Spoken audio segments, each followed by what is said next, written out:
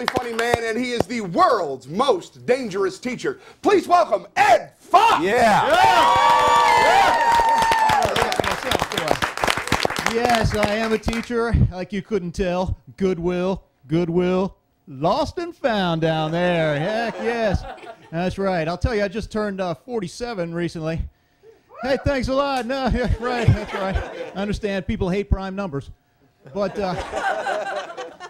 my students were giving me a hard time. They said, Mr. Fox, you're so old now. How's it feel to be so old? And I said, I'll tell you how it feels. It feels great to know that I went through middle school, high school, and college, and all the idiotic and maybe illegal things I did will never show up on YouTube. So take that, students. And students are like, they think that we never did anything when we were young, like sexting, for example. We had sexting back in the 70s, except we called it photocopying your butt, which was a lot harder back then because you had to get on and off the machine before the librarian caught you.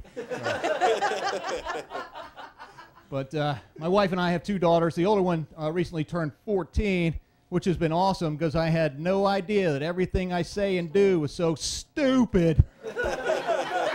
Yeah. It's like, thanks a lot, girl whose diaper I changed for 2.5 years. Thanks a lot. Keep complaining, though, because you're right in my act.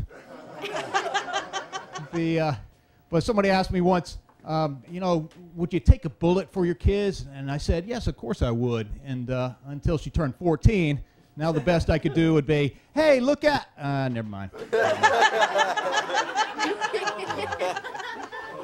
We have a dog at my house. I'm not making this up. I wish I were. It's a Dachshund Chihuahua mix. You know, it's not a dog that offers any kind of protection against burglars unless they break in and start vacuuming. But my wife is a great cook, and she likes to spend a lot of time cooking. And but the first thing she does when she sits down is she talks bad about her meals. She's all like, hey, I should add more salt here. I should cook this longer. I mean, don't do that. Don't talk bad about your meal. I know whenever I fix a meal, I'm all like, hey, kids, aren't these awesome ramen noodles? Who says you need water?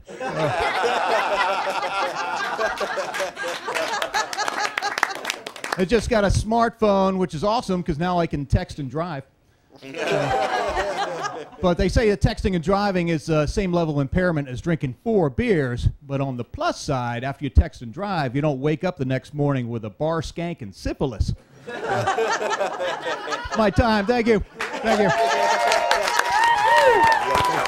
Come on, Ed Fox, ladies and gentlemen. Let him know. Come on, Yeah. I dug a nice hole there for you. Very funny. Woo. Funny stuff, Ed. Thanks Made a lot. Made it to the couch. This is awesome. This is great, man. It's a wonderful performance. Very theatrical, too. Do you have a theater background? Do you care about theater? Well, I like to go to theater. Like, I do a lot of traveling in the summer. And, like, last summer I was in Paducah, Kentucky, and I caught a production of Romeo and Juliet by the Paducah Shakespeare Company. Wait. There's a Paducah, Kentucky Shakespeare Company? Yeah, I didn't know they had one either. But it was pretty good because, you know, Juliet was played by a 13-year-old girl, the way Shakespeare wrote it, and Romeo played by her dad. That was a little creepy. But Mercutio had the best mullet ever. Yeah. You know, like with mullets, it's short on top and it's longer in the back. Well, this guy was like short to the last possible row of hair follicles were long and dyed in a rat tail. It was awesome. It was awesome.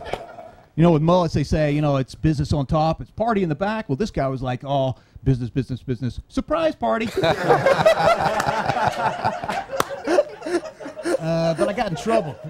During the production. Yeah. Wait, what kind of trouble? Well, you know that scene, the balcony scene where Juliet's going, Romeo, Romeo, wherefore art thou, Romeo? Well, a guy down the aisle from me stands up and goes, where is he? He's right over there on the edge of the stage. Look over there. And I was going, sit down, you idiot, because she's not saying where is he. She's saying, you know, why does he have to be named Romeo? Which brings me to this point. Do not go to the emergency room in Paducah, Kentucky, because your health plan will not cover leaching. That's all my health plan does. Yeah. Every month, leeches $300 out of my pocket. Tough to get a leeching joke in there, isn't it? Yes, it is. So. Well, I understand that you are on Twitter. Is that right? Yeah, I'm at Twitter. Follow me on Twitter at Ed Fox Comedy. Ed Fox Comedy on Twitter. You can find me there. I have a CD that I'm selling. It's not mine, but I found it in the lobby. Is it something good? I don't know yet. It's a blank CD? It may be. You can write Ed Fox It and may Sharpie. be. It'll be fine. It'll be cheaper if it's blank. Well, make sure to check out Ed Fox's Untitled CD and follow him on Twitter under Ed Fox Comedy. Ladies and gentlemen, please, big round of applause for the incredibly funny Ed Fox. Yeah.